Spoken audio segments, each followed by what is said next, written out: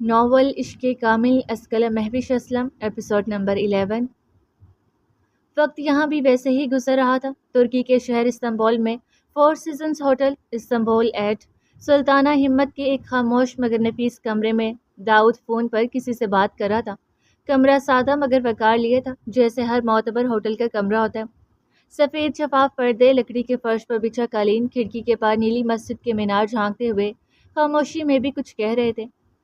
بہت جلد ملیں گے انشاءاللہ۔ مجھے انتظار ہے، کب ابراہیم سے ملوں گا۔ اگر پہلے سامنے جاتا تو وہ کبھی جیل سے باہر نہ آ پاتا۔ دوسری طرف سے مردانہ آواز ابھر رہی تھی، جانتا ہوں، میں انتظار کروں گا۔ داؤد نے ہلکی سی مسکراہٹ کے ساتھ جواب دیا، خیال رکھنا۔ کہتے ہی دوسری طرف سے کال منقطع ہو گئی۔ جہاں سے راستے ختم ہوں وہاں سے معجزے شروع ہوتے۔ نا امید ہونے والوں کو بتاؤ کہ امیدوں کے چراغ ٹمٹماتے ضرور ہیں، بجھتے نہیں۔ امید والوں کی امید خدا کبھی نہیں توڑتا۔ داؤد خود سے کہتا بات کی طرف بڑھ گیا۔ ترکی سے ایک انوکھا سا لگاؤ پیدا ہو چکا تھا۔ استنبول کی گلیاں، نیلی مسجد کی پرشکوہ خاموشی اور آیا صوفیہ کی متبرک فضائیں اب یادوں میں گندی جا چکی تھی۔ 1.5 ہفتے کی مسافت، تاریخ اور تہذیب کے لمس کے بعد اب وہ انقرہ سے انطاکیہ کی جانب رواں تھے۔ ترکی کے قلب سے اس کی سرحد تک، سرحد پر ایک لمحہ جیسے ساکت ہو چکا تھا، ایک خاموش منظر جہاں دو وجود کھڑے تھے۔ پیچھے استنبول کی چمکتی دنیا رہ گئی تھی، آگے انطاکیہ کی حدود جیسے کوئی نیا باب کھولنے کو تھی۔ ترکی کی آخری لکیر پر ہیر اور یرمان خاموشی سے کھڑے تھے۔ ہیر نے گہری نیلی جینس پر ہلکی نیوی شرٹ پہنی ہوئی تھی، جس پر گھٹنوں تک آتا ہوا ہاکی کوٹ ہوا میں ہولے ہولے لہرا رہا تھا۔ قدرتی گھنگریالے بال ہوا میں لہرا رہے تھے، بکھرے مگر خوبصورت۔ پاؤں میں ہائی ہیلز جیسے فیشن اور سہولت کا حسین امتزاج ہو۔ یرمان نے سادہ مگر بے حد جاذب نظر گرے پینٹ کے ساتھ نیوی بلو شرٹ پہنی ہوئی تھی۔ اس کے وجود سے خاموش ٹھہراؤ جھلک رہا تھا، جیسے وہ اس لمحے کو محفوظ کر رہا ہو۔ ایک نیا ملک، ایک نیا شہر اور خاموشی کی گہرائی سے ابھرتی ایک انجانی غربت۔ ہوا میں ہلکی سی نمی تھی، آسمان پر شام کے رنگ بکھر رہے تھے۔ وہ ترک سرزمین کا آخری لمس اپنے اندر جذب کر رہے تھے۔ نہ کوئی لفظ، نہ کوئی سوال، خاموشی اور صرف وہ دونوں۔ تمہیں پاکستان یاد نہیں آتا؟ یرمان نے گاڑی میں بیٹھتے ہوئے سہولت سے پوچھا۔ یاد آتا ہے۔ ایک چہرہ نگاہوں کے پردے پر ٹھہر گیا۔ لاہور یاد آتا ہے؟ ذہن میں گول گپوں کا منظر گھومنے لگا۔ یہاں کا کھانا میرے ذائقے کا نہیں۔ یادوں کے کسی دریچے سے ابراہیم کے ساتھ ڈائننگ ٹیبل پر بیتا وقت جھانکنے لگا۔ تو واپس چلیں؟ وہ فوراً سے بولا، مذاق کر رہی ہوں، میں دنیا گھومنا چاہتی ہوں۔ ہاں، استنبول تو واقعی استنبول ہے، ہر چیز خوبصورت، ہر منظر دلکش، لیکن چلیں آگے بڑھتے ہیں۔ وہ کہتے ہی باہر بھاگتی ہوئی ہر شے کو دیکھنے لگتی ہے، جیسے کچھ کھو گیا ہو۔ دل پھر بھی مکمل خوش نہ تھا۔ انقرہ سے نکلتے ہی راستے میں گیس کی پائپ کی لائن نئی نئی لگ رہی تھی۔ سڑکیں جگہ جگہ سے ٹوٹی ہوئیں۔ جیسے ہی گاڑی شہر سے باہر نکلی، ہموار شاہراہ پر رفتار سہولت سے رواں ہو گئی۔ جناب، کہاں جانا ہے؟ ڈرائیور نے ترکی میں پوچھا۔ کونیا والی گلی، وہاں رش نہیں ہوتا، یرمان نے اردو میں جواب دیا۔ آپ کو کیسے پتا؟ کیا پہلے بھی آئے ہیں؟ ہیر نے چونک کر پوچھا، چہرے پر الجھن واضح تر آئی۔ ہاں، دنیا گھوم چکا ہوں۔ یہاں سے 1 گھنٹے کی مسافت پر سڑک 2 سمتوں میں بٹ جائے گی۔ ٹھیک ہے، ملک گھومے ہیں، لیکن اتنا کیسے یاد رہتا ہے؟ وہ بضد تھی کہ کسی کو سڑکیں کیسے یاد رہ جاتی ہیں۔ یرمان نے نرمی سے مسکرا کر اس کی طرف دیکھا۔ میں یادداشت کا گندا انسان ہوں، جو دیکھ لیتا ہوں بھولتا نہیں، اور اگر مجھے بھول گئے تو؟ یہ ممکن ہے، تم میری قسمت ہو۔ وہ تھوڑا محفوظ ہو رہی تھی۔ سفر کے دوران ترکی کے دلکش مناظر نے قدرت سے قربت کا احساس پیدا کر دیا۔ مطلع مکمل طور پر صاف نہیں تھا، ہلکی ہلکی بارش دھرتی پر ناچ رہی تھی۔ فضا نکھری نکھری، درخت دھل رہے تھے۔ کچھ درخت شاید برف کی بھوٹ سے جھک گئے تھے، لیکن اب ہرے ہو چکے تھے۔ مستجاب، باہر چلیں؟ جو حکم ملکہ، یرمان نے کہتے ہی ڈرائیور کی طرف دیکھا۔ ڈرائیور، گاڑی روک لو، انتظار کرو، ہم آتے ہیں۔ ڈرائیور نے گاڑی ایک طرف کر دی۔ یرمان نکل کے گاڑی کا دروازہ پکڑتے اترتی ہیر کو دیکھنے لگا۔ ہیر قدم بہ قدم آگے بڑھنے لگی۔ بارش کے ننھے قطرے اس کے بالوں پر ٹھہرنے لگے۔ بوندیں جو اب پانی بن چکی تھیں، اس کے بالوں کا سفر طے کر رہی تھی۔ یرمان خاموشی سے اس کے پیچھے چلتا رہا، اس کے قدموں پر قدم رکھتا ہوا۔ ہیر، یرمان نے بہت پیار سے مخاطب کیا۔ وہ آہستگی سے پلٹی، چہرے پر آسمانی قطرے منہ پھیلائے بیٹھ کے۔ ہیر، تم آسمان سے اترا وہ صحیفہ ہو جو مجھ پر وحی کیا گیا ہے۔ یرمان مسرور انداز میں بالکل سامنے کھڑا بولا، وہ صحیفہ جو وقت کے ساتھ مسخ ہو گیا۔ ہیر نے ترکی بترکی جواب دیا۔ یرمان کے دل کو کچھ ہوا۔ یہ وہ شخص نہیں تھا جو باسفورس کے پل پر اندھا دھند جاندار وجود کو مار رہا تھا، یہ تو کوئی اور ہی تھا۔ ایک ایسا صحیفہ بھی اترا تھا جو قیامت تک مسخ نہیں ہو سکتا۔ جب میں تمہیں دیکھتا ہوں اسے صحیفے کی تلاوت کرتا ہوں۔ دونوں کے درمیان 2 قدم کا فاصلہ تھا، بارش کی نرمی چہروں سے پھسل رہی تھی، ہوا سے ہیر کے بال دو طرف آن گرے۔ یرمان 1 قدم ہولے سے آگے رکھتا ہے، جیسے زمین کے درد ہوتا ہو۔ ہیل اور جوگرز برابر ہو چکے تھے۔ تمہارے چہرے پر بال، اگر اجازت ہو تو پیچھے کر دوں؟ دل زور زور سے دھڑک رہا تھا۔ یرمان نے ایک ہاتھ اپنے دھڑکتے دل پر رکھا، کسی کے قریب آنے کا احساس اسے دل کی صورت محسوس ہو رہا تھا۔ اگر میں کہوں نہیں تو میں نہیں کروں گا، اور اگر میں کہوں کر دو، اب ہمت نہیں رہی، اب خود کر لو۔ کہتے ہوئے یرمان کے لب مسکراہٹ میں ڈھل گئے، ایسی کھری ہنسی کہ دان تک نمایاں ہوگی۔ گاڑی میں بیٹھا ڈرائیور باہر نکل کر دیکھنے لگا۔ 50 کے قریب عمر کا کوئی ترک مرد تھا۔ ہیر نے یرمان کا فضا میں لٹکتا ہاتھ آہستہ سے اٹھا کر اپنے ہاتھ میں لیا۔ مستجاب، مجھے آپ کی طرح باتیں بنانا نہیں آتی۔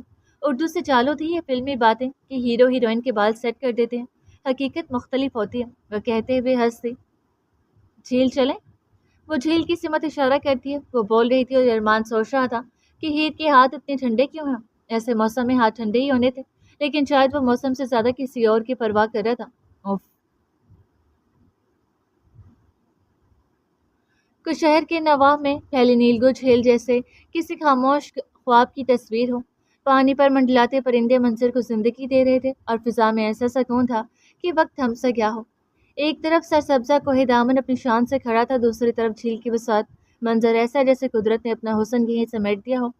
وہ دونوں دوبارہ گاڑی میں بیٹھ چکے تھے، مکمل بھیگے ہوئے۔ ہیر کے اوپر یرمان نے اپنا کوٹ ڈال دیا تھا، جبکہ یرمان کے ہونٹ نیلے ہو رہے تھے۔ اچانک سے بارش تیز ہو گئی تھی، سارا فلمی منظر ہو گیا تھا۔ ہیر نے ہنستے ہوئے لمبی خوبصورت انگلیاں منہ پر رکھ لی۔ شوہر بھیگ گیا ہے اور بیگم ہنس رہی ہے۔ یرمان بچوں جیسی لاڈ بھری آواز میں بولا، تو شوہر کو کس نے کہا تھا شاہ رخ خان بننے کا؟ بھائی شاہ رخ خان؟ وہ دل ملایا، اس نام پر وہ جل ہی اٹھا تھا۔ بھائی؟ استغفر اللہ، کہیں میں آپ کو ہی نہ کہہ دوں۔ ہیر ہنستے ہنستے اچانک سنجیدہ ہوگی اور ہاتھ گود میں رکھ لیا۔ اللہ اللہ، کیوں نکاح خطرے میں ڈال رہی ہو؟ یرمان نے مصنوعی حبکی سے کہا، ہم بھائی کہہ کر نکاح ختم کر سکتی تو سب اپنی اپنی بیویاں چھوڑ چکے ہوتے، رشتہ ختم کرنے کے لیے آپ لوگ طلاق کہتے ہو۔ یکدم یرمان نے بجلی کی سی تیزی سے اپنا ہاتھ ہیر کے منہ پر رکھ دیا، یہ لفظ دوبارہ مت بولنا۔ ہیر جو اس حرکت سے چونکی تھی، اسی شیشو پنچ میں اپنا ہاتھ اس کے ہاتھ پہ رکھ کر آہستہ سے نیچے کر دیا۔ کون سا لفظ؟ آنکھیں سکیڑ کر معصومیت سے پوچھا۔ یرمان نے اسی انداز میں ہاتھ واپس رکھا، طلاق۔ کیوں؟ وہ دوبارہ ہاتھ ہٹا کر پوچھتی ہے۔ یرمان نے سر نفی میں ہلایا اور ہاتھ ہٹا کر باہر دیکھنے لگا، پتہ نہیں، اور باہر آسمان پر نظریں ٹکا لیں۔ وہ بھی باہر دیکھنے لگی۔ لپسٹک ہونٹوں سے نیچے پھیل چکی تھی، لیکن مسکراہٹ برقرار تھی۔ کیا یہ بھی سیریس ہو سکتے ہیں؟ اکسرائے سے کچھ پہلے صنوبر کے گھنے جنگلات گزر رہے تھے۔ وہ دیکھو ہیر، وہ درخت۔ یرمان نے انگلی سے اشارہ کیا۔ دور شمشاد سرو اور صنوبر کی کتاریں تھیں۔ ہاں، خوبصورت لگ رہے ہیں۔ وہ یرمان کی انگلی کی سمت دیکھ رہی تھی۔ درخت پیچھے بھاگ رہے تھے۔ ہاں، لیکن ان کو محبوب کی خوبصورتی اور قد کے برابر اہمیت ملتی ہے۔ یرمان نے ایک نظر ہیر کی انگلیوں میں ڈالی۔ کیا مطلب؟ کیا میں اتنی لمبی ہوں؟ وہ واپس یرمان کو دیکھنے لگی۔ آپ بیوی ہو، میں محبوب کی بات کر رہا تھا۔ وہ ہلکے سے مسکرایا، شاید اس کی پھیلی ہوئی لپسٹک دیکھ لی تھی۔ ہیر نے واپس نظر باہر ڈالی۔ تھوڑی تھوڑی دیر بعد باہر کا موسم مختلف ہو رہا تھا، مگر وہ اندر بیٹھے خشک ہو چکے تھے۔ اکسرائے مکمل جوبن پر نظر آ رہا تھا۔ شہر میں داخل ہوتے ہی ایک طرف فیکٹری ایریا دکھائی دیا، پھر یکساں طرز کے مکانات کی قطاریں جو پاکستان میں کم ہی دیکھنے کو ملتے ہیں۔ اب گاڑیاں دانا کی سڑک پر روا تھی۔ موسم میں ہنکی گھل چکی تھی۔ بائیں جانب کالے پہاڑ سر اٹھائے ہوئے استادہ تھے، جیسے ہر گزرنے والے کو خاموشی سے اس کے اعمال کا محاسبہ کرا رہے ہوں۔ ہیر نے اچانک کھڑکی کا شیشہ نیچے کیا اور ہاتھ باہر نکالا، جیسے ہوا کو چھو لیا ہو۔ یرمان نے دیکھا اور بے اختیار مسکرا دیا۔ اللہ پاک، میں خوشی سے مر ہی نہ جاؤں۔ دل ہی دل میں کہتے سیٹ کی پشت سے ٹیک لگا لی۔ نظریں البتہ اسی چہرے کا طواف کر رہی تھی۔ دائیں طرف سبز کھیت پھیلے ہوئے تھے۔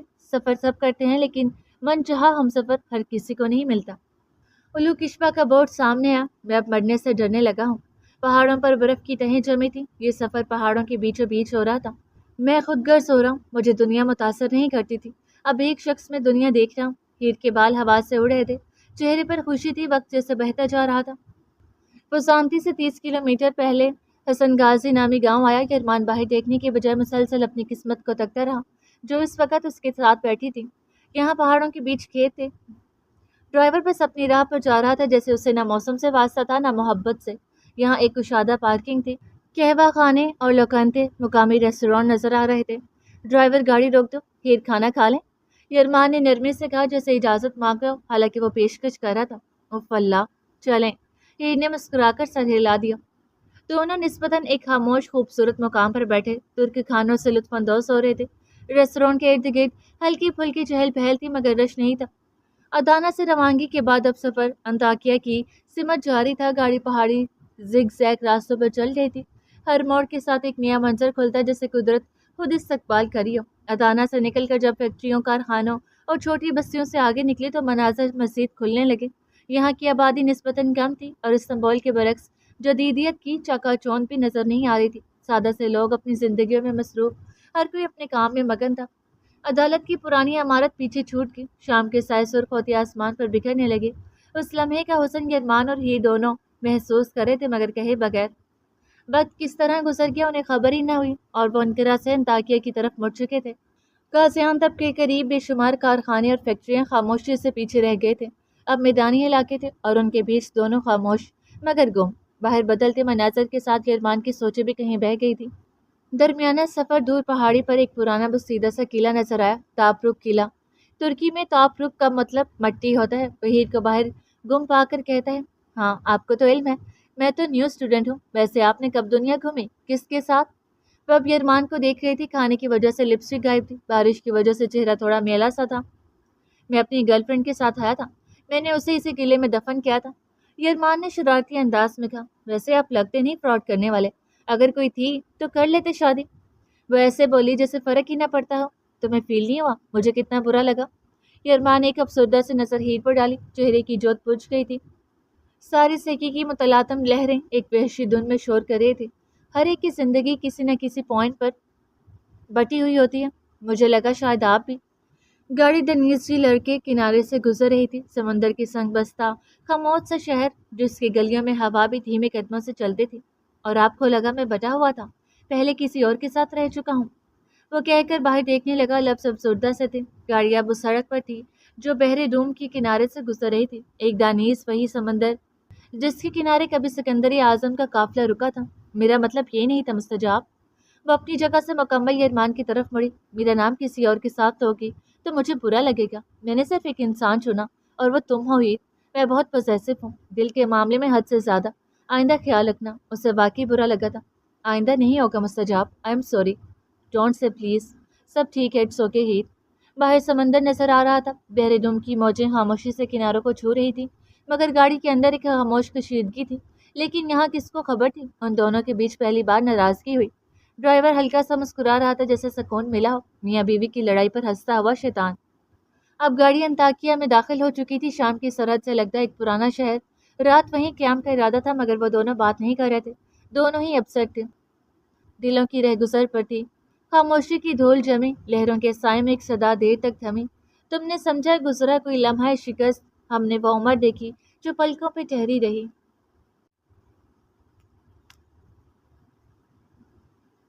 کہتے ہیں دنیا کے کچھ راز کبھی سمندر کی گہرائیوں سے نہ نکل سکے، ایک ایسا نیلا بدن جو نہ صرف کشتیاں نکلتا ہے بلکہ تاریخ، کہانیاں اور ماں کی گودیں بھی۔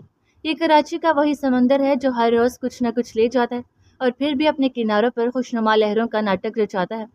لوگ ہنستے ہیں، مچھلیاں دیکھتے ہیں جو یہاں لڑکیوں کے اس تارے میں بہتی ہیں، چمکتا چاند، نمکین ہوا اور ساحل پر سیپیوں سے کھیلتے بچے، جیسے یہ سب کچھ ابھی ابھی فنا ہونے والا ہو۔ ریت پر قدموں کے نشان بنتے اور مٹتے جا رہے تھے۔ افق پر چاندنی پانی سے ہم کلام تھی، بھٹی اور پاپ کارن کی خوشبو ہوا میں تیر رہی تھی۔ اسی ساحل پر عظیم اور ابراہیم خاموش قدموں کے ساتھ چل رہے تھے، لباس عام، چہروں پر وقت کا سایہ۔ ہفتے بعد بھی ابراہیم کا رنگ سرد تھا۔ انہوں نے لاہور سے کراچی کا رخ کیا تاکہ ماحول چینج ملے اور اسی لمحے کراچی کی نم فضا کا منظر دھندلانے لگا اور ایک نیا منظر ابھرا۔ استنبول کا ایک روشن کمرہ زندگی کی کسی اور پرت کو بے نقاب کر رہا تھا۔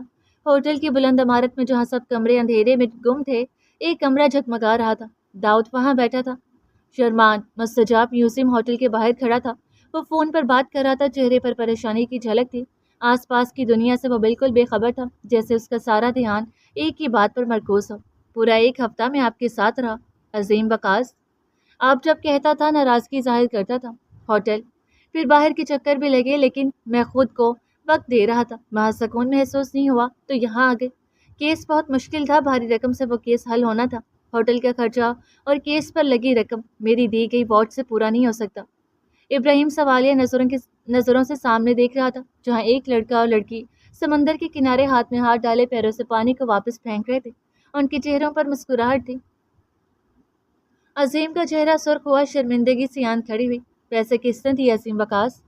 ابراہیم نے تحکم سے پوچھا۔ داؤد، عظیم اسے بتا دے گا، مجھے پتا تھا اس لیے میں تیار ہوں۔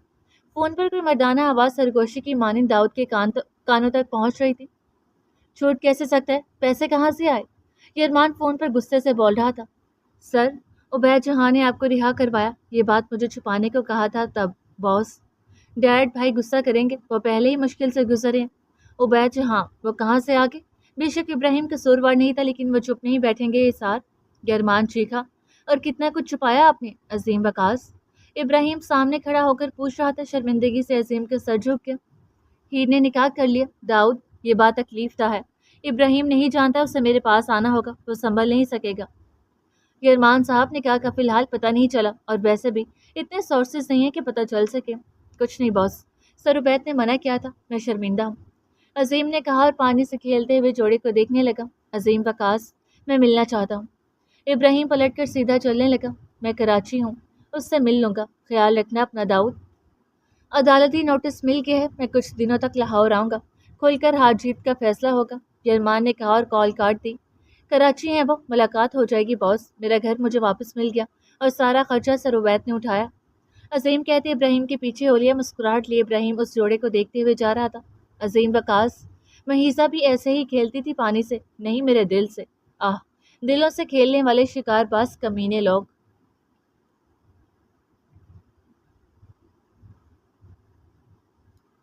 انطاکیہ اور شام کی سرحد کے بیچ واقع میوزیم ہوٹل قدیم و جدید تہذیب کا حسین امتزاج ہے۔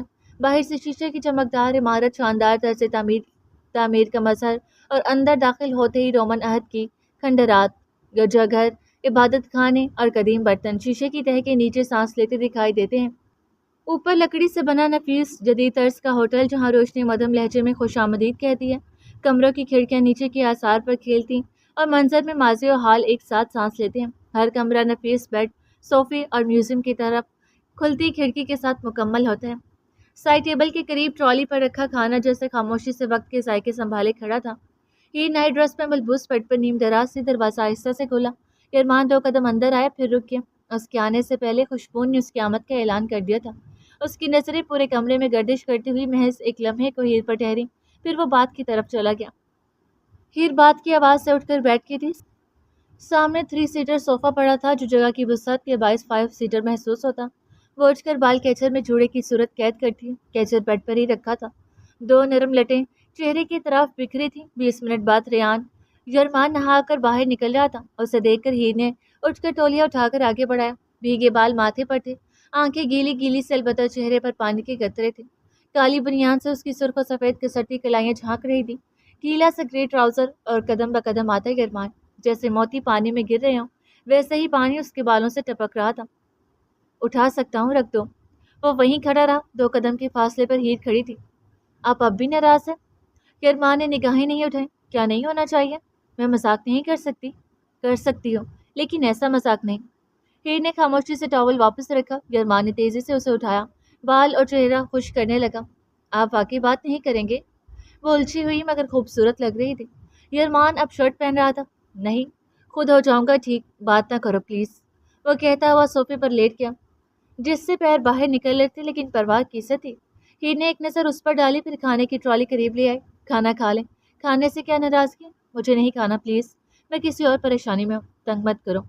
بات اتنی بڑی نہیں تھی کہ یوں ریئیکٹ کرے۔ یرمان ایک جز سے اٹھ کھڑا ہوا۔ میں پاگل لگ رہا ہوں تمہیں؟ یار میں پریشان ہوں، کیوں سمجھ نہیں آتی تمہیں؟ وہ کھانے کی ٹرالی کو دونوں ہاتھوں سے دور پھینکتا ہے۔ میرا سب کچھ داؤ پر لگا ہے، تمہیں کھانے کی پڑے ہے۔ وہ ابراہیم کا غصہ کہیں اور اتارا تھا۔ ہیر بھی اختیار 2 قدم پیچھے ہٹی، ایک کرچی پاؤں میں پیوست ہوگی۔ میری طرف دیکھو ہیر، میں کتنی مشکل میں ہوں، جو میں نے اپنی زندگی کے 19 سال حاصل کرنے میں گزارے، کوئی اسے لمحوں میں چھین رہا ہے۔ خون فرش پر پھیلنے لگا۔ ہیر کی آنکھیں پہلے حیرت سے پھر درد سے نم ہو گئی۔ مستجام لال بھوکا بنے یرمان لگ رہا تھا، تحت سے آنکھیں پھٹ رہی تھیں، آس پاس سے بیگانہ بس اپنا رونا رو رہا تھا۔ ایسے تھوڑی ہوتا ہے ہیر، وہ قدم قدم لیتا پاس آ رہا تھا۔ وہ بت بنی کھڑی تھی۔ یہ سب کیا ہو گیا؟ اس سے پہلے کہ وہ مزید کچھ کہتا نظر پاؤں پر گئی. ہیر، ہیر. وہ تیز قدموں سے آگے بڑھا. ہیر تم ٹھیک ہو؟ اللہ، میری وجہ سے کیا ہو گیا؟ تمہیں چوٹ؟ سر کے بال پکڑے پیچھے ہوا. کرمان کے پیروں میں بھی وہاں پر پڑا کانچ لگ رہا تھا. لیکن ہیر کی تکلیف تو تکلیف تھی نا یار. وہ بھری آنکھوں سے اب حیران ہو رہی تھی. پل میں تولا پل میں ماشا. ہیر، ہیر ڈاکٹر کے پاس چلتے ہیں، دیکھو خون نکل ہے. وہ قدموں میں گھٹنوں کے بل بیٹھنے کے انداز میں گرا. مستجاب پلیز یہ کیا کر رہے ہیں؟ ہیر جھک کر کندھوں پر ہاتھ رکھے اسے پیچھے کرنے کی کوشش کرتی ہے. چوٹ آ گئی. آئی ایم سوری، ڈاکٹر سب ٹھیک کر دے گا، پلیز چلو. کرمان کہتے ہوئے باقاعدہ رو پڑا. ہیر کے دل کو کچھ ہوا. وہ قدموں میں بیٹھا تھا، سر اٹھائی ہیر کو دیکھ رہا تھا اور ہیر بے اختیار ساکت کھڑی بس اسے دیکھ رہی تھی. پلیز. اب وہ اٹھ کر آہستہ آہستہ سے کندھوں کو پکڑ کر ہیر کو بیڈ پر بٹھا رہا تھا.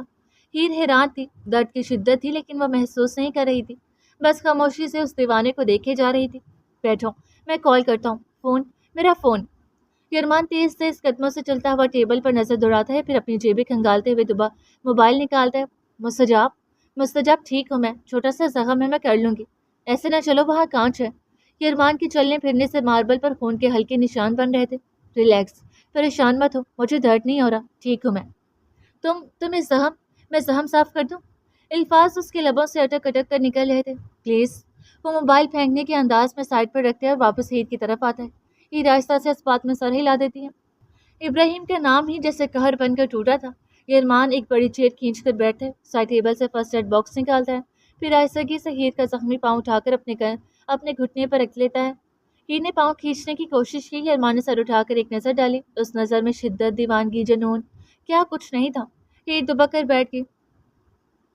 ہیر میں غصے میں تھا، مجھے ایسا نہیں کرنا چاہیے تھا. وہ روئی پر ڈیٹول لگا کر زخم صاف کرنے لگا. میرا نقصان ہو رہا تھا، میں خالی ہاتھ محسوس کر رہا تھا. ہیر درد ثبت کر رہی تھی، ورنہ وہ پھر سے پاگلوں کی طرح رد عمل دیتا. تم ہی میرا زخم ہو، تم ہی زندگی، تم دنیا، تم میرے وجود کے اندر خون کی مانند ہو، میرے اندر دھڑکن کی طرح. تم میری حیات ہو، انت الحیات. اب وہ زخم پر سنی پلاس لگا کر نرمی سے پاؤں زمین پر رکھتے ہیں. اگر کوئی حیات چھیننے کی کوشش کرے تو تکلیف تو ہوگی نا. یرمان کی آنکھیں بھیگنے لگیں. اب وہ ہیر کی طرف دیکھ رہا تھا جو ساکت سی اسے ڈکے جا رہی تھی. مجھے تکلیف ہو رہی ہے، کون سمجھتا ہے دکھ؟ سب کہتے ہیں سب کے اپنے اپنے دکھ ہوتے ہیں، جسے نہ چھیڑو وہی سلامت ہے. میرے اندر تخریب ہے، اندر پہلے سے مسخ شدہ ہے، تباہ ہوں، 1000 بار ٹوٹا ہوں. تم آئی ہو تو تعمیر کا کام شروع ہوا ہے. تم سے عشق بنتا ہے، تم عشق ہو میرا. کوئی اتنی معصومیت سے اتنا پیارا کیسے بول سکتا ہے؟ ہیر نے نظر زمین پر ٹکائی اور ٹھہر کر بولی. سوری، مجھے آپ کا نقصان کا معلوم نہیں تھا، لیکن جو نقصان آپ میرا کر رہے ہیں وہ. یرمان کے دل کو کچھ ہوا. وہ زخم میں نے جان بوجھ کر نہیں دیا ہیر، جو جان بوجھ کر دیا میں اس کی بات کر رہی ہوں. وہ حیرانی سے اسے دیکھ رہا تھا جبکہ ہیر ہولے سے اٹھی، فرسٹ ایڈ اٹھا کر نیچے بیٹھ کے. یرمان فوراً کھڑا ہوا اور چیئر پیچھے دھکیلی. میں یقین کرنے لگی ہوں آپ پر، آپ کا خیال رکھنا مجھے اچھا لگنے لگا ہے. بے اختیار یرمان کی آنکھ سے ایک آنسو زمین پر گرا. دل زوروں سے دھڑکنے لگا. یہ نیچے بیٹھی سر اٹھائے بول رہی تھی اور وہ سر جھکائے کھڑا سن رہا تھا. یرمان 2 قدم پیچھے ہوا. جس جگہ بیٹھی ہے وہ جگہ ہمیشہ میری رہے گی. مجھے تمہارے قدموں میں بیٹھنا اچھا لگتا ہے، اور تم برسوں بعد ملا صبر ہو. صبر کو یوں رونے کے لیے نہیں مانگا تھا. اگر میرے زخموں کی پرواہ ہے تو انہیں خود صاف کرنے دو مجھے. وہ کھڑی ہوئی، فرسٹ ایڈ کا باکس بیڈ پر رکھا اور بازوؤں سے پکڑ کر اسے بیڈ پر بٹھایا. خود چیئر پر بیٹھ کے پھر ہولے سے یرمان کا پیر اٹھایا جس پر غیر معمولی نشان تھے اور اپنے گھٹنے پر رکھا. روئی سے ہیر پیر کے نیچے کا زخم صاف کرنے لگی. آپ کا ساتھ اچھا لگنے لگا ہے. اب وہ ڈیٹول لگا رہی تھی. آپ کے ناراض ہونے سے فرق پڑنے لگا ہے. یہ میرا نقصان ہے. اب دوسرا پاؤں اٹھایا. یرمان جگ تک اسے دیکھ رہا تھا جیسے کسی خواب کی زیر اثر ہو. یہی تو الفاظ تھے جن کی تلاش تھی، امید تھی، انتظار تھا. میں آپ کو قبول کرنے لگی ہوں مستجاب. ہیر. ایک زوردار چیخ کے ساتھ ابراہیم اٹھا. پسینے سے شرابور گردن پر ایک لہر سے پسینے کی بہنے لگی. کمرے میں صرف دھڑکن کی آواز سنائی دے رہی تھی. ہیر. ابراہیم بے اختیار سینہ رگڑنے لگا. سانس لینے میں دشواری ہو رہی تھی. کمرے میں ہلکی سے مدھم روشنی تھی. وہ تیزی سے اٹھا، بلیک ویسٹ ٹراؤزر پہنے، سینے پر ہاتھ مارتے ہوئے دروازہ کھولا. وہ دونوں آمنے سامنے بیٹھے تھے. ادھوری نیند سے جاگی ہوئی ہیر آخری حد تک خوبصورت لگ رہی تھی، اوپر سے یہ اعتراف کہ وہ جینے لگی ہے. یرمان کچھ نہیں بولا، بس اسے دیکھتا رہا. جو سنا وہ لفظوں میں بیان نہیں ہو سکتا تھا. بیچ ہوٹل میں مکمل خاموشی تھی. ابراہیم قدم قدم لیتا باہر آیا. گھٹن سی محسوس ہو رہی تھی. دل میں عجیب سی تکلیف اٹھی تھی. ہوٹل کے باہر 2 گارڈز ڈیوٹی کے نام پر سو رہے تھے. کون آیا گیا سب بے خبر. رات کے 3 بجے کا وقت تھا. ہوا میں ہنکی اتر چکی تھی. ابراہیم مشکل سے سانس لے رہا تھا. سمندر کی ہواؤں نے اس کا استقبال کیا. مگر اسے کہاں خبر تھی میں وفا نبھاؤں گا۔ مرد وفادار ہوتا ہے، اپنی عورت کے لیے دنیا سے لڑ جاتا ہے۔ تمہارے یہ الفاظ میری وفا ثابت کرتے ہیں، اور اب اگر یہاں ٹھہرا تو مجھے کچھ ہو جائے گا۔ یرمان آخری جملے پر کھل کر ہنسا، کہتے ہوئے کھڑا ہوا۔ ہیر واپس بیڈ پر لیٹنے لگی۔ اس پر لحاف اڑا کر وہ خود بکھرا ہوا شرازہ اکٹھا کرنے لگا۔ یہ کیا کر رہے ہیں؟ وہ لحاف اوڑی الجھی سی لڑکی بستر سے آدھی سے اٹھ کر بولی، اگر صبح بے دہانی میں اٹھی اور کانچ لگ گیا تو احتیاطی تدابیر، گڈ نائٹ۔ آخری لفظ میں سونے کا حکم صاف چھلک رہا تھا۔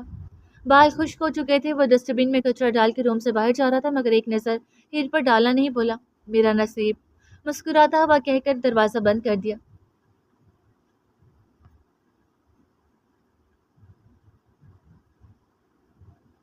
کراچی کا سمندر رات کے اس پہر سویا ہوا تھا، مگر کچھ لہریں جاگ رہی تھیں۔ ہوٹل کے باہر کرسیوں کا انتظام تھا، ابراہیم وہیں آ کر بیٹھ گیا۔ مجھ پر وقت نے بڑا ہی ظلم کیا، میں وقت سے پہلے تدبیر کا عادی تھا۔ یہ وہ ابراہیم نہیں تھا جو دشمن کو ڈراتا تھا، جس نے فورٹ منرو میں کھڑے ہو کر چال بدل ڈالی تھی۔ ہوائیں رک گئی اور لمحے دراڑوں سے چھن کر ماضی کی دھند میں اترنے لگے۔ منظر وہی تھے، مگر ان کے رنگ بدل چکے تھے، جیسے وقت نے اپنے راز خود یادوں کی ریت پر رکھ دیے ہوں۔ ابراہیم اور عظیم کھڑے تھے، پیچھے گاڑی کی روشنی سیدھا تبریز کے وجود پر پڑ رہی تھی۔ میں بتا دوں گا، الفاظ بیچ میں رہ جاتے ہیں اور گولی کی آواز آتی ہے۔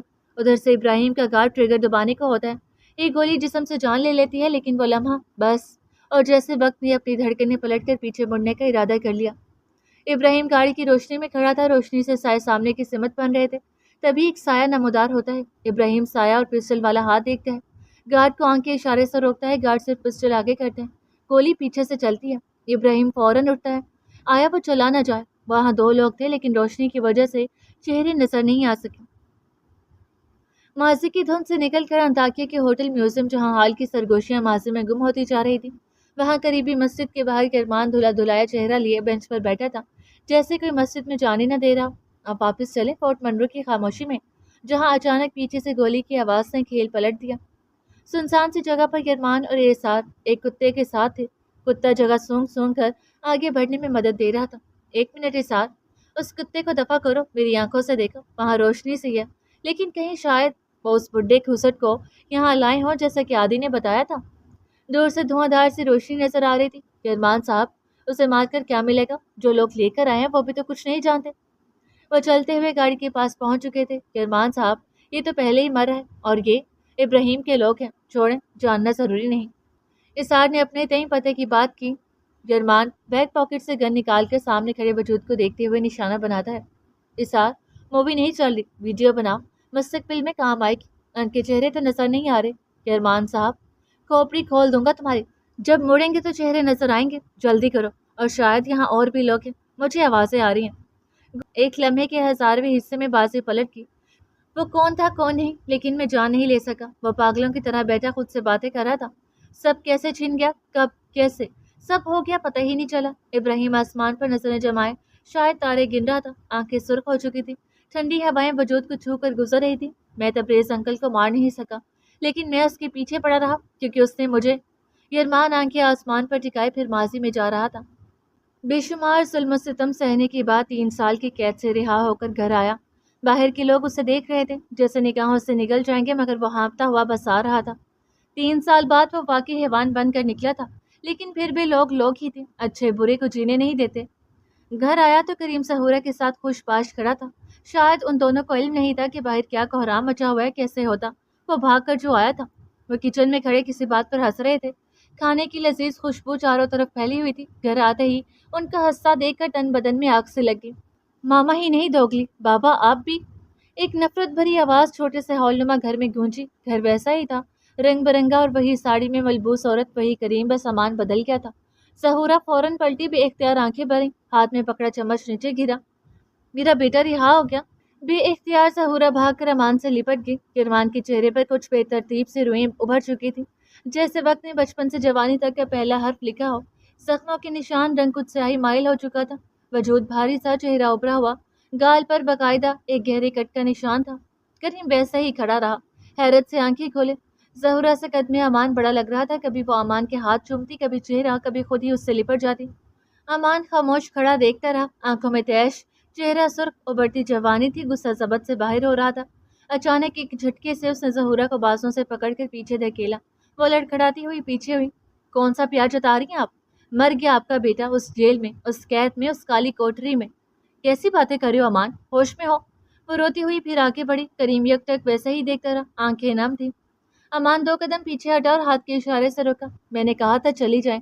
بابا آپ چلے جائیں اور آپ لوگ واقعی چلے گئے؟ 2 سال 2 سال انتظار کرتا رہا، کوئی بھی نہیں آیا۔ مائیں آتی ہیں، ہر بار آتی ہیں اور مر کر بھی آتی ہیں۔ ظہورہ بے یقینی سے دیکھ رہی تھی۔ کریم دکھتے دل کے ساتھ آگے بڑھا ہی تھا کہ امان تیزی سے اس کے پاس پہنچا۔ بابا آپ تو میرے سپر ہیرو تھے، ہمیشہ سپورٹ کرتے تھے، جو مانگتا لا کر دیتے تھے۔ ماما پپو کے ساتھ غلط کرتی تھی اور آپ مجھے سمجھاتے تھے کہ کیا صحیح ہے کیا غلط۔ بابا میں آپ کا شہزادہ تھا، جیل میں آپ کے اس شہزادے کے ساتھ بہت کچھ ہوا۔ وہ کہتے کہتے رو پڑا۔ اس لمحے کریم کا دل کٹ کر رہ گیا۔ بابا مجھے مارنے کی کوشش کی گئی، مجھے مارا پیٹا گیا، اندھیرے میں بند کیا گیا۔ اس کی آواز چیخ میں بدل رہی تھی۔ بابا میں چیختا رہا، میں آپ کو بلاتا رہا، میں ماما کو پکارتا، میرے جسم پر کھولتا ہوا پانی انڈیلتے رہے، اپنے دونوں ہاتھ آگے کر کے دکھاتا ہے۔ بابا یہ چمڑی، یہ وہ نہیں جو میری تھی۔ پورے ہال میں صرف امان کی آواز گونج رہی تھی۔ تب میں آپ دونوں کو بلاتا تھا، ہر روز۔ اب سسکیاں ہال میں پھیل چکی تھی۔ ظہورہ کی ممتا جاگ رہی تھی۔ کریم کے چہرے سے درد ٹپک رہا تھا۔ ماما بابا آپ کا یہ شہزادہ یہ سب کچھ سہ کر آیا ہے۔ امان طنزیہ مسکرایا۔ میں لاہور کی لکھپت جیل کے اندر اندھیری کوٹری میں رہا، سیور سسٹم کے راستے سرنگ بنا کر نکلا۔ میرے ہاتھ میں خنجر تھا۔ باہر کھڑے 2 پولیس والوں کی گردنیں اڑا دھار سے زمین پر گری، سینے پر ہاتھ مارا، ان کی گردنوں سے بہنے والے خون پر قدم رکھ کر راستہ بنایا میں نے۔ وہ ہنوز چیختے ہوئے بول رہا تھا۔ کریم لڑکھڑا کر 2 قدم پیچھے ہٹا۔ باہر لوگوں کا مجمع لگا تھا۔ لاہور کی ہر گلی میں پولیس میرے جیسے کتے کو ڈھونڈ رہی ہے۔ ایسے آیا آپ کو شہزادہ امان کریم تخت پر بیٹھنے۔ امان یہ کیا کر دیا تم نے؟ ظہورہ روتے ہوئے بولی۔ ماما وجہ آپ ہیں، آپ کی نفرت نے مجھے قاتل بنا دیا۔ جب کوئی نہیں آیا تو میں خود آیا، بے قصور تھا، وہاں سے لوگ جرم کر کے چھوٹ رہے تھے، میں بھی چھوٹ آیا اور میں ہیر کے لیے آیا ہوں۔ اس نے غصے سے گردن اکڑائی۔ میں آپ کی قسم کھاتا ہوں ظہورہ دلشاد، اگر آپ نے مجھے سچ نہ بتایا تو میں تینوں کی جان لے سکتا ہوں، اور یہ میں کر سکتا ہوں۔ اب میرے اندر انسانیت باقی نہیں رہی۔ الفاظ کسی خنجر کی طرح ان دونوں کو لگے۔ میں بتاتا ہوں سارا سچ امان۔ کریم مصلحتانہ انداز میں آگے بڑھا۔ تمہاری ماں کو ہمیشہ پیسوں کی ہوس رہی، میں اسے چھوڑ نہیں سکتا تھا کیونکہ میں اس کے بغیر نہیں رہ سکتا۔ تم باہر نہیں آ سکتے تھے، تم پر قتل کا کیس تھا، اس لیے میں نے تمہیں چھوڑ دیا امان۔ امان نے بے دردی سے آنکھیں بھینچ لیں۔ ہیر کا نکاح ابراہیم سے ہوگا، اور جب تک نکاح نہ ہو جائے تمہاری ماں کا ارادہ تھا تمہیں جیل میں رکھنے کا۔ اس کے بعد اگر کوئی کوشش کی جاتی تو ہم کرتے۔ جس دن ہم نے تمہارے لیے بات کرنی تھی اس دن عبید بھائی ابراہیم کے لیے بھی بات کرنا چاہتے تھے۔ عبید بھائی کا ارادہ زرینہ کے لیے تھا لیکن ابراہیم کے کہنے پر بدل گیا۔ امان اگلی سانس نہیں لے سکا، دل کی دھڑکن سست پڑ گئی، جسم میں خون کی گردش رک گئی۔ بے اختیار آنکھ سے آنسو ٹپکا۔ جس کے لیے اتنا ظلم سہے، جس کے لیے زمین چیر کر آیا، اسی کا نام کسی اور کے ساتھ سننا قیامت جیسا تھا۔ اگلے لمحے امان نے گہری سانس لی، بیک پاکٹ سے پسٹل نکالی، اتنے میں دروازہ کھولا اور تبریز دلاور اندر داخل ہوا اور دروازہ زور سے بند کیا۔ رب سی پینٹ شرٹ میں ملبوس آہستہ آہستہ قدم اٹھاتا امان کے سامنے جا کھڑا ہوا، بٹن کو صاف کیا جس میں کچھ لگا تھا۔ امان کی آنکھوں میں شدت تھی، جنون تھا، پاگل پن کیا نہ تھا۔ میرا دوست جیل میں تھا، آج ہی آزاد ہوا، اس نے بتایا کہ امان کریم فرار ہو چکا ہے۔ تبریز امان کے سامنے کھڑا ہو کر بولا۔ امان نے گن والا ہاتھ پیچھے کر لیا تھا، پھر وہ ظہورہ کے پاس گھٹنوں کے بل بیٹھ گیا۔ امان میں جگہ نہ دو ظہورہ، ہم سب مشکل میں پھنس جائیں گے، پہلے والا کیس ابھی حل نہیں ہوا۔ جیسے آپ نے ہیر کو جگہ نہیں دی اور دوسروں کے ٹکڑوں پر پلنے دیا۔ امان کی نفرت سے بھری آواز پیچھے سے گونجی۔ میری بیٹی کا نام بھی نہ لو، تم قاتل ہو، وہ وہاں کیوں ہے یہ میں بہتر جانتا ہوں۔ ایک جست میں وہ اٹھا اور امان کے سامنے آ کھڑا ہوا۔ ظہورہ بھی کھڑی ہوگی، درمیان میں صرف 4 قدم کا فاصلہ تھا۔ امان نے گن والا ہاتھ فضا میں بلند کر کے تبریز پر ٹان دیا۔ جہاں اتنے قتل کر سکتا ہوں وہاں آپ کو مارنا مشکل نہیں، جو راستے میں آئے گا مارا جائے گا۔ اس وقت امان پاگل لگ رہا تھا، آنکھیں بند کی اور ٹریگر دبا دیا۔ مشینی آلہ سینہ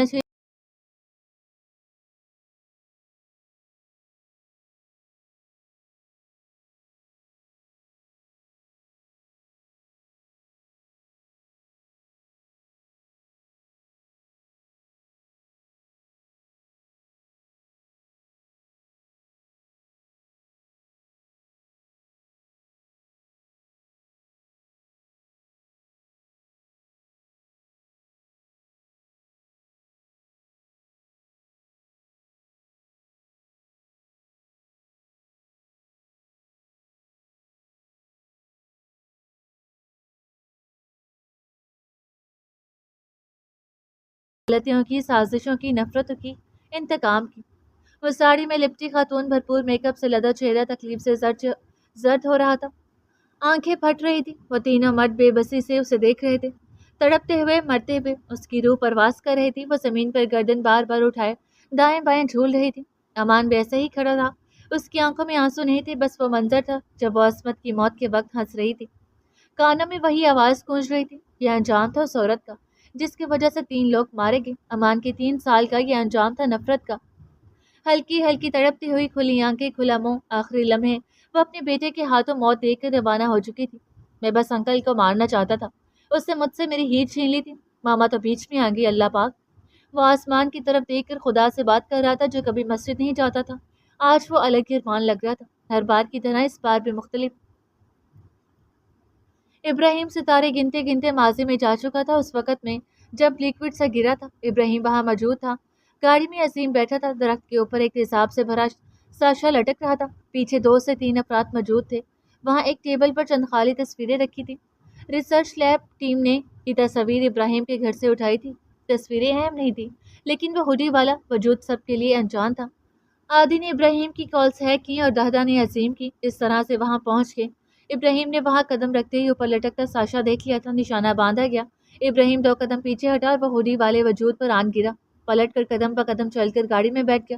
پچھلی بار کی طرح اس بار بھی وہی غیر شناسا وجود موجود تھا، مگر وہ دیکھ نہ سکا، تب بھی کسی کو مار نہ سکا اور واپس آ گیا۔ میں مارنے نہیں گیا تھا، میں تو ایک کال پر گیا تھا، میں کبھی کسی کو مارنا نہیں چاہتا تھا، میں تو صرف جاننے گیا تھا کہ وہاں کون ہے۔ بعد میں پتہ چلا کہ وہ تبریز انکل تھے، جہاں بھی قدم رکھتا تھا پہلے جان لیتا تھا سازش کیا ہے، آج میں ہار کیا ہوں۔ وہ آسمان سے نگاہ زمین پر ٹکا چکا تھا، کیونکہ ابراہیم آسمان سے زمین پر گر چکا تھا۔ جب وہ چلتا تھا تو دنیا دیکھتی تھی، وہ قدم رکھتا تو زمین تھم جاتی تھی، اس کا ساتھ کسی کو محفوظ پناہ لگتا تھا۔ وہ ایک بزنس مین تھا اور آج وہ تھکا ہارا دنیا کے دھکے کھاتا اکیلا رہ گیا تھا۔ ایک وقت تھا دنیا اس کے اشاروں پر چلتی تھی اور آج وہ دنیا کے اشاروں پر خود کو گھسیٹ رہا تھا۔ اندھیری کالی رات میں وہ نم آنکھیں لیے باہر کرسی پر بیٹھا تھا، دکھ بانٹنے والا کوئی نہیں تھا، دل ٹکڑے ٹکڑے ہو چکا تھا، وہ جو ساتھ تھے اب ایک بھی ساتھ نہ تھا۔ یہ تھا ابراہیم عبید کا نصیب۔ اللہ پاک ہیر کو نہ بتا دے، اسی لیے میں بس اسے مارنا چاہتا تھا۔ وہ مجھے ایک بے بس بچے کی معصومیت لیے مسجد کی طرف دیکھ رہا تھا، جیسے اسے اچھے برے کا بھی علم نہ ہو۔ اب وہ اس وقت میں جا چکا تھا جب دور سے کوئی نشانہ باندھ رہا تھا۔ فورٹ منرو پہ 2 وجود سرگوشیوں میں مصروف تھے۔ یرمان صاحب، انتظام تو پکا ہے لیکن لگتا ہے پھر بھی بچ جائے گا۔ شکل اچھی نہ ہو تو بندہ بکواس اچھی کر لے، یرمان نے اسار کو کوپ سے کہا۔ آپ نے خود ہی تو کہا تھا کہ یہ بچ گیا تھا، مجھے لگا شاید اس بار بھی بچ جائے۔ بکواس بند کرو ورنہ ابراہیم کا چہرہ مسخ ہو جائے گا اور وہ بڈھا خسر تبریز وہ مجھے پکڑنے کو جال بچھاتا ہے، پھر ابراہیم کو بلاتا ہے اور میں جاتا ہوں، لیکن مجھے کون پکڑ سکتا ہے؟ اب وہ نشانہ باندھ رہا تھا۔ شرمان صاحب، آپ کا نشانہ غلط ہو سکتا ہے، میں لگاؤں؟ اسار، تم اپنا منہ بند رکھو ورنہ وہ نشانہ وہاں نہیں تمہارے منہ پر لگے گا۔ یرمان نے کہتے ہی ٹریگر دبایا اور وہ ہوڈی والے شخص پر آن گرا۔ اگر وہ تب مر جاتا تو آج میں اذیت میں نہ ہوتا۔ وہ ہیر کے پاس نہ پہنچ جائے، بہت مشکل سے سب ٹھیک ہو رہا۔ میں نے زیان رحمان کو مارا، اسے پتہ چل گیا، میں نے ڈھونڈا، بہت ڈھونڈا، اور پھر وہ مجھے مل گیا۔ وہ کس معصومیت سے بول رہا تھا؟ وہ ہیر کے پیچھے سنبھول آ گیا اور میں نے اسے پکڑ لیا، میرے ہی پاس آنا تھا۔ آخر کو وہ ٹھہرے، میرے سسر اور میں اس کا داماد۔ وہ بینچ پر مسجد کے باہر بیٹھا پاگلوں جیسی باتیں کر رہا تھا، وہ کبھی آسمان دیکھتا، کبھی زمین، کبھی خدا سے باتیں کرتا، کبھی خود سے۔ وہ گناہوں سے ڈرتا مسجد نہیں جا رہا تھا، لیکن مسجد کے باہر اعتراف کر رہا تھا۔ وہ کیسا انسان تھا؟ دور کہیں اذان کی آواز ابھری، مگر وہ اٹھ کر اس چہرے کے پاس جا رہا تھا جسے دیکھ کر اسے حج کا ثواب ملتا۔ لوگ اپنے رب کو راضی کرنے مسجد جا رہے تھے اور وہ مسجد کے باہر بیٹھ کے راضی کر کے آ رہا تھا۔ یہ تھا امان اور یرمان اور مستجاب کا نصیب۔ میوزیم ہوٹل کے کمرے میں ہیر تیار ہو رہی تھی، بال سیدھے، ڈارک لپسٹک، گرے پینٹ، ہم رنگ شرٹ اور اوپر ہلکی نارنجی گھٹنوں تک آدھے کوٹ میں شیشے کے سامنے بار بار میک اپ سیٹ کر رہی تھی، جبکہ یرمان صوفے پر گرے شرٹ، نیلی پینٹ، ساتھ کوٹ، واچ اور ڈریس بوٹ پہنے موبائل پر کچھ کام کر رہا تھا۔ تم ویسے ہی اتنی نیچرل ہو، 2 گھنٹے سے کیوں تیار ہو رہی ہو؟ یرمان نے موبائل سے نظریں ہٹائے بغیر کہا۔ آپ بھی ہو جاؤ، منع تو نہیں کیا؟ ہیر نے آئینے سے پیچھے بیٹھے یرمان کو دیکھ کر کہا۔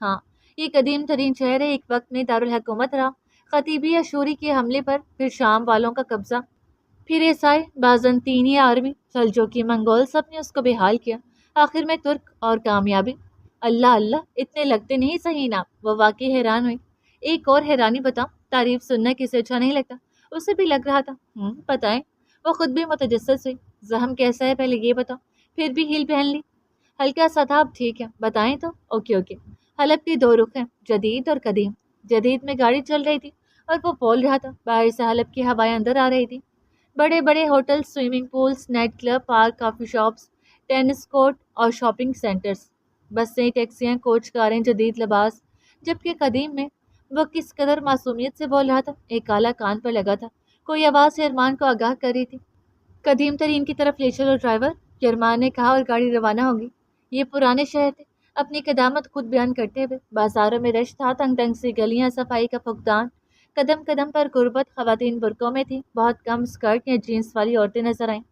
فصیل میں گھرے شہر کے ایک حصے میں بے شمار مساجد، مذہبی ادارے، اسکول، حمام اور مینار دکھائی دے رہے تھے۔ دکانیں پرانی طرز کی تھیں، ایک ادنا معیار سا تھا جہاں پارکنگ کی ایک جگہ دستیاب تھی۔ ڈرائیور، گاڑی روکو۔ اب وہ دونوں باہر نکل کر پارکنگ میں بیٹھ چکے تھے۔ تھک گئے آپ؟ یرمان واقعی تھکا ہوا لگ رہا تھا۔ ہاں، سفر تھکا دیتا ہے مجھے، لیکن آپ ساتھ ہیں تو بس تھکن ہے اتر جائے گی۔ وہ واقعی سفر سے تھکا نہیں تھا۔ سامنے ایک مینار تھا، دونوں بیٹھے تھے۔ دور سے دیکھو تو گویا ایک پینٹنگ بن رہی تھی۔ کھانا کب کھائیں گے؟ وہ پیٹ پر ہاتھ رکھے شرمندگی سے بولے۔ لیکن بھوک تو بھوک ہی تھی۔ چلو پھر کھانا شانا کھاتے ہیں، پھر دمشق کے لیے نکلیں گے۔ یرمان کہتے اٹھ کھڑا ہوا۔ لمبا کوٹ، اسٹریٹ بال، خواہشات کا سفر اور ساتھ ایک بے حد حسین پرفیکٹ مرد، اسی کے رنگ میں رنگا ہوا۔ اسے اور کیا چاہیے تھا؟ سمندر کے قریب بے شمار ہوٹل تھے جو ساحل کے قریب ہونے کی وجہ سے اپنی قیمت بڑھا رہے تھے۔ ان کے درمیان ایک ہوٹل بیچ لگژری ہوٹل آتا ہے جو اعلیٰ پائے کا ہے، چاروں طرف ہریالی سے ڈھکا ہوا۔ اس کے ارد گرد اونچی لمبی عمارتیں ہیں جو پول کے گرد فخر سے کھڑی ہیں۔ وہی فخر اس پول میں بہتے پانی پر جھلک رہا تھا۔ پول سے نکل کر کمروں کی طرف بڑھو تو بے شمار کمرے بڑی خوبصورتی سے بنائے گئے تھے۔ کمروں کی طرز تعمیر کچھ یوں ہے کہ اندر سے جھانکو تو سمندر نظر آئے اور نیچے سے جھانکو تو ہوٹل کی شفاف لابی۔ ایک کمرے میں ابراہیم موجود تھا، ایک نیا لیپ ٹاپ لیے بیڈ پر بیٹھا۔ کمرہ صفائی سے چمک رہا تھا۔ وہ بلیک شرٹ اور ٹراؤزر میں تھا، بال ماتھے پر جھکے، چہرے پر ہلکی شیو، رنگت زردی سے نکل کر سرخی کی طرف مائل، ہلکی سبز آنکھیں، لمبی پلکیں۔ وہ لگ رہا تھا جیسے واپس اپنی دنیا میں آنے کو تیار ہو۔ دروازے پر دستک ہوئی۔ یس، وہ اپنی اصل ٹون میں بولا۔ وہی ابراہیم لگا، ان سب حادثوں سے پہلے والا۔ عظیم ہمیشہ کی طرح سفیدی اوڑھے، پاکیزہ سا صاف ستھرا مرد دروازہ بند کر کے بیڈ کے پائنٹی کی طرف آ کھڑا ہوا۔ دونوں کے درمیان 4 قدموں کا فاصلہ تھا۔ ابراہیم بیٹھا تھا لیپ ٹاپ گود میں، پیچھے ٹیک لگائے، اور عظیم کھڑا تھا۔ باس، تھوڑی دیر میں سر عبید یہاں پہنچ جائیں گے۔ وہ پیچھے کلاک دیکھ رہے جو 4 بجے کا وقت دکھا رہی تھی۔ عظیم وقاص، ہمیں درد سے نکلنے کے لیے کتنا وقت چاہیے ہوتا ہے؟ باس، کبھی کبھی درد سے نکلنے کے لیے زندگیاں گزر جاتی ہیں۔ وقت ہمیں آگے لے آتا ہے، لیکن وہ درد وقفوں میں ہمارے دل میں ابھرتا رہتا ہے۔ عظیم وقاص، زخم وجود پر آئیں تو مرہم رکھا جا سکتا ہے، لیکن اگر روح پر لگے تو اس کا مداوع پوری دنیا نہیں کر سکتی۔ اور یہ زخم، یہ تو دل پر پیوست ہوا ہے، دل کسی کو دکھتا بھی نہیں۔ ہم چاہیں جتنا آگے چلے جائیں، لیکن اصل میں ہم وہیں کھڑے رہتے ہیں، اس درد میں، اسی تکلیف میں۔ درد اور تکلیف کا کوئی گھر نہیں ہوتا، یہ ہمارے اندر جنم لیتے ہیں، وہیں مرتے ہیں۔ باس، میری زندگی میں صرف محبت کا دکھ ہے، اور وہ بھی مجھے راتوں کو سونے نہیں دیتا۔ لوگوں کے پاس ہزاروں غم ہوتے ہیں اور وہ سو جاتے ہیں۔ آپ بھی سو جائیں، غموں کو سلا دے، ورنہ یہ ناسور بن جائیں گے۔ عظیم وقاص، محبت کا غم سب سے بڑا غم ہوتا ہے۔ ہزاروں غموں میں ہم سو سکتے ہیں، لیکن اگر محبت تکلیف لے جائے تو نیند بھی جیسے روٹ جاتی ہے۔ ابراہیم لیپ ٹاپ کی اسکرین بند کرتا ہوا اٹھ کر ونڈو کی طرف جا کھڑا ہوا۔ مجھے افسوس ہے، میں آپ کے لیے کچھ نہیں کر سکتا باس۔ عظیم کی آواز مدھم تھی۔ کوئی کسی کو محبت کی اذیت سے نہیں نکال سکتا، ہمیں اس رحم کے ساتھ جینا پڑتا ہے۔ ہر سانس کے ساتھ دل دکھتا ہے، اور دل کسی کو کہاں دکھتا ہے؟ عظیم نے ہولے سے آنکھیں بند کی، ایک تکلیف سی اٹھی، دل کو چھو گئی، پھر آنکھیں کھولی تو نمی سی تھی۔ دروازے پر پھر سے دستک ہوئی۔ عظیم دروازہ کھولتا ہے، سامنے کھڑا وجود اپنی حالت خود بتا رہا تھا۔ چہرے پر ہلکی سی جھریاں تھی، سفید کپڑوں کے اوپر برانڈڈ جیکٹ، کلائی پر گھڑی، صحت کچھ گری ہوئی مگر شخصیت اب بھی شاہانہ تھی۔ امیر لوگ بڑھاپے میں بھی خوبصورت اور باوقار لگتے ہیں۔ السلام علیکم سر، آئیے پلیز۔ عظیم نے مؤدب انداز میں راستہ دیا۔ چمکتے ہوئے جوتے ماربل پر چلتے ہوئے ایک منظر کا حصہ بن گئے۔ وہ دھیمے قدموں سے چلتا کمرے کے وسط میں جا کھڑا ہوا۔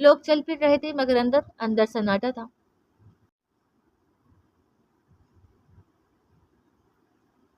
استنبول، ابراہیم نے کپ رکھتے ہوئے کہا، ڈیڈ، کرمان اور تبریز انکل استنبول میں ہی ہوں گے، اور رہی بات ہیومن ہارٹ کی تو وہ ان کی بیٹی کے پاس تھا جو میں نے اسے دیا تھا۔ چہرے پر درد سا ابھرا۔